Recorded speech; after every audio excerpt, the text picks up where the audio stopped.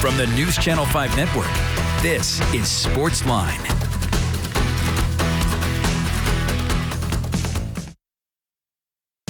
Hey there, SportsLine on your television. Steve Layman here with you. Glad you are here with us on News Channel 5 Plus. Lots of football to talk about today for sure. Titans still reveling in that overtime win on Sunday up in Seattle. We can take your phone calls tonight. 737-7767 is the number if you'd like to join the program.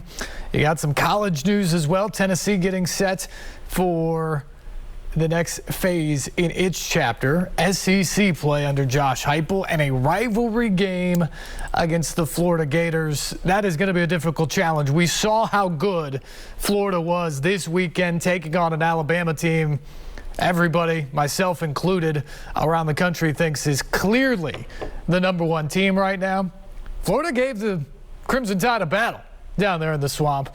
And you know that crowd is going to be fired up again for another rivalry type game, another marquee game on their schedule at least, with an SEC East rival in Tennessee coming to town. You're going to have the night game. You're going to have that type of atmosphere that Tennessee is going to have to deal with. So that is going to be a very, very difficult challenge. We still don't know if Joe Milton will be ready to play or not for Tennessee. So it could be Hendon Hooker getting another start down there against that very good Gators defense. For Vanderbilt, tough loss over the weekend against Stanford. They now open SEC play on Saturday morning against Georgia, who frankly may be the one team in the country that can give Alabama a run for its money. That defense has been so good so far this year, which should be scary if you're a Vanderbilt fan, considering the struggles that the Commodores have had on offense. And the news today, not good. Raymond Davis, the team's leading rusher, maybe the best offensive weapon they have at the moment, done for the season. He will have season-ending surgery to repair a torn ligament in his toe. So he's done for the year, and they have to move into the stable of backs to try to replace them against a very, very good defense, maybe the best defense in the country. And Kirby Smart's Georgia Bulldogs coming up this weekend. Back to the Titans now, and again, our phone lines are open, 737-7767. Interesting note today, the team released or waived defensive lineman Anthony Rush and safety Bradley McDougald. Now that's notable because we talked about this last night, but McDougald started at safety on Sunday opposite Kevin Byard. He did not play well. He really, really struggled in that game. The long touchdown pass early to Tyler Lockett, he wasn't responsible for Lockett, but he was the deep guy to help out, got over there. He was there, not in time to break up the pass, but he should have been there in time to at least bring Lockett to the ground. He whiffs, and it becomes a long, long touchdown. McDougald had some other issues during the course of the day as well, just blown assignments, not being in the right spot, missed tackles. Stuff that just really can't happen. This type of stuff that hurts you. And it's why the Titans were down 24-9. So he was benched in the second half of that game. Dane Cruikshank came on to play at safety. And it looks like the Titans are going to ride with Cruikshank for right now while Amani Hooker's out. And again, we don't know the severity of that foot injury or how long Hooker will remain on injured reserve. You got to think at least a few weeks here. And so Cruikshank will be the guy who at least gets the next opportunity to stabilize that position. I think he played pretty well on Sunday in Seattle in the second half. Not every play was perfect, but the thing Cruikshank brings is he's an athlete. He's got great speed and athleticism, and so he's going to do things quickly. May not always be the right thing, but he's going to get to the spot and he's going to make a play with athleticism.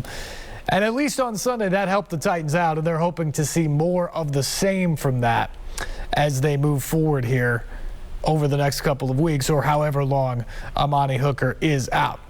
But that's the big change on the defensive side of the football. The big question mark now as we get set for the Colts coming to town on Sunday, a 12 noon kickoff.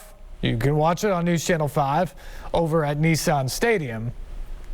The big question is the offensive line health. Taylor Lewan tweaked something, might have been that knee of his in pregame warmups on Sunday in Seattle. Ty Sambrailo filled in admirably, I thought. The offensive line ultimately paved the way for Derrick Henry to rush for 182 yards, 212 yards on the ground in total, 532 yards overall. That's a good offensive day that the offensive line stood the test of time for. But Ty Sambrailo is not Taylor Lewan, at least a healthy Taylor Lewan.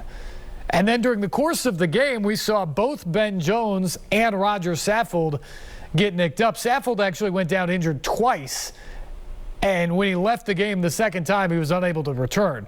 Aaron Brewer finished the game at left guard. So the Titans finished that game, winning in overtime in Seattle with backups at left guard and left tackle, replacing one of the most expensive left sides of the line in all of the NFL.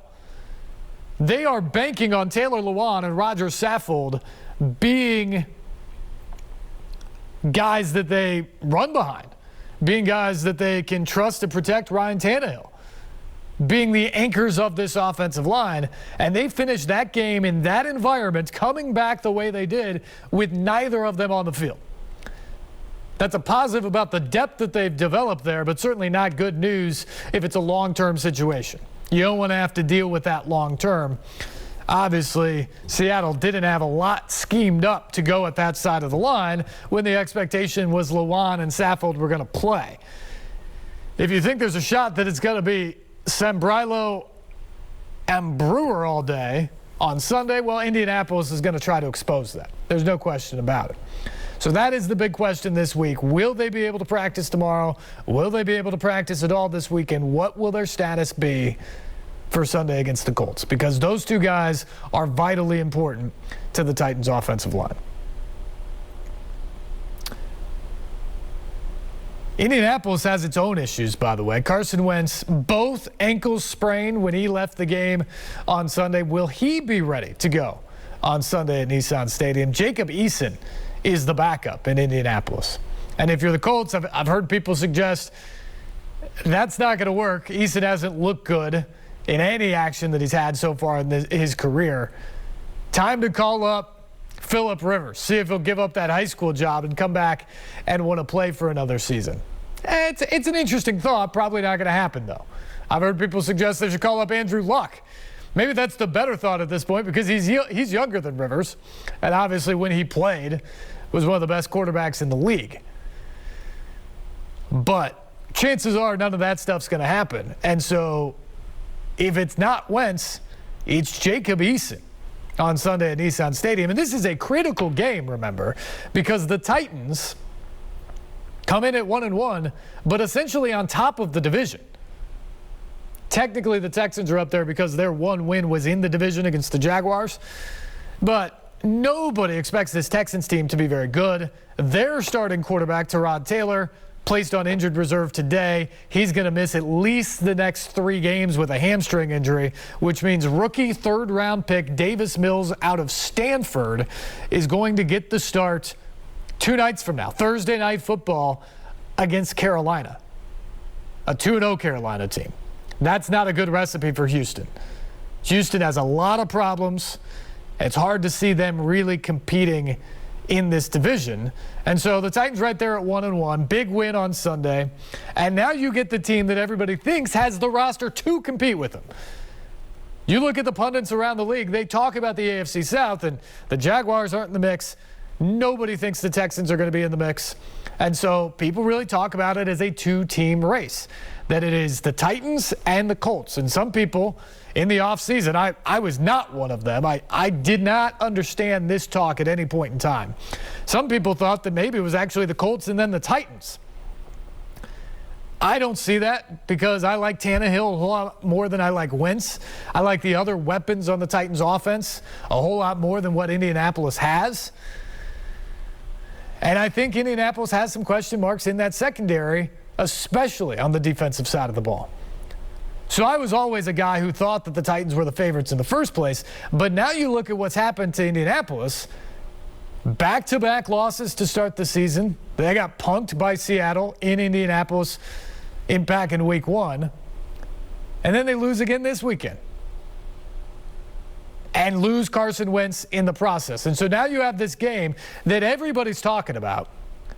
The Titans are trying to get to 2-1. They're going to be favored to do so, regardless of who the quarterback is. But now you may get Jacob Eason as the backup to go. And it's a chance to knock Indianapolis to 0-3. Not just would the Titans be 2-1 and likely on top of the division 3 weeks in, but they would be 2 full games out on the Colts, who are supposedly their chief rival in this division this year. That's the type of game that's on the line. And we've talked about it a lot. There are 17 games this year. It is a long season. So there's plenty of times for things to change. Obviously, the health of rosters will change dramatically between now and the end of the season. But for a Week 3 game, pretty big opportunity for the Titans on Sunday to jump into the driver's seat of this division bright and early in the season. So that's what's on the table for them coming up. We will discuss much more about what happened in Seattle, plus hear from some of the Titans as well as we continue on here, plus phone calls from you. Our lines are open, 737-7767. This is SportsLine on News Channel 5+.